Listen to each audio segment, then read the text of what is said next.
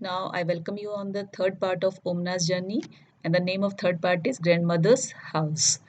So 17th में night हो गया है और अब देखते हैं कि क्या हो रहा है उसकी जर्नी में जो उन्होंने अपनी डायरी में लिखी है.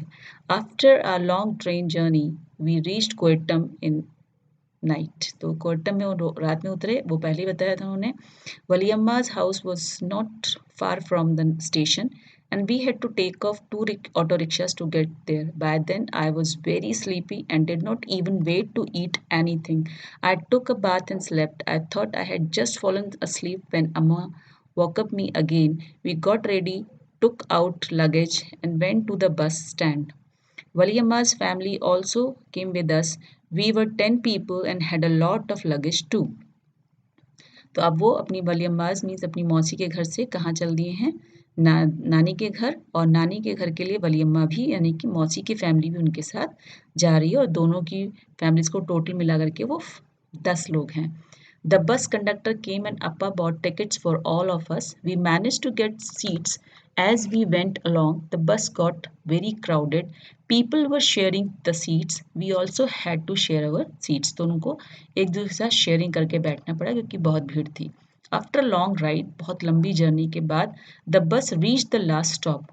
I was happy to get off. My legs were stiff. I could hardly stand कि मैं एकदम थक चुकी थी और मेरे से खड़ा नहीं हुआ जा रहा था. I thought that we had finally reached Ammuamma's village. और बोली मुझे लगा कि अब फाइनली हम नानी के घर पहुंच गए हैं. But no, our travel had not ended yet. But ऐसा नहीं था, हमारी जर्नी का भी एंड नहीं हुआ था. The bus had dropped us by the water side. Look, Amma pointed across the water. That is where we have to go. उन्होंने दूर से दिखाई, देखो वहाँ तक हमें जाना है. But how we will get there, I wondered. तो मैंने क्वेश्चन किया कि हम कैसे वहाँ पहुँचेंगे, और मैंने सोचा भी. Then I saw boat coming. एक तभी वहाँ पर एक बोट आती हुई नजर आई. देयर इज अ फेरी, और ये है फेरी. अम्मा said immediately. A big crowd of people started getting off. School children, man, women, all with their own packets and luggage. तो सब उसमें से उतर रहे थे. Amma explained that the ferry was used by the people to cross the water and reach the other side. कि यहाँ फेरी means ये छोटी एक बोट टाइप होती है जिसको लोग क्रॉस करने के लिए एक जगह से दूसरी जगह यूज करते हैं. As soon as the ferry got empty, the big rush started from our side. और हमारी तरफ से भी जैसी वो खाली हुई सब लोग उस पर चढ़ने लगे. Everyone had to pay the fare before getting on. चढ़ने से पहले हमें उसका टिकट लेना था. Very soon the ferry was full. जल्दी ही वो भर गई. It started again. I managed to get a place to stand along the railing. I saw the rippling of water, still water, as the ferry moved. Rippling means जो लहरें बनती हैं पानी की. It moved, moving smoothly on the water. There were rows of coconut trees on the bank of the river. As we moved swiftly, I could see people fishing, washing, bathing, and working along the banks. और उसने देखा कि सारा काम लोगों का उसी नदी के किनारे हो रहा है. फिशिंग भी कर रहे हैं, कपड़े भी धो रहे हैं, नहा भी रहे हैं और बाकी काम भी वो लोग वहीं कर रहे हैं. Just before the sun disappeared into the water, the ferry reached the island and stopped. और वो island पर पहुंच गई. This means island is a place where a place of land which is covered by water from all the four sides. Okay, ध्यान रखिएगा. एक छोटा सा जमीन का टुकड़ा जिसके चारों तरफ पानी होता है उसको हम आइलैंड कहते हैं. वहां रुकी. It was time for us to get off. और ये हम यहाँ पर उतर गए. At last we reached Ammuamma's place. और आखिर हम अपनी नानी के घर पहुंच ही गए. What a long and interesting journey it had been. बोले इतनी लंबी और इतनी इंटरेस्टिंग जर्नी थी ये. आखिर में सही में इतने सारे उन्होंने यूज़ किए. जैसे कि कुछ क्वेश्चंस मैंने छोड़ दिए जो आपको स्वयं करने हैं, कुछ क्वेश्चंस के आंसर्स मैंने इसमें लिख दिए हैं आपको.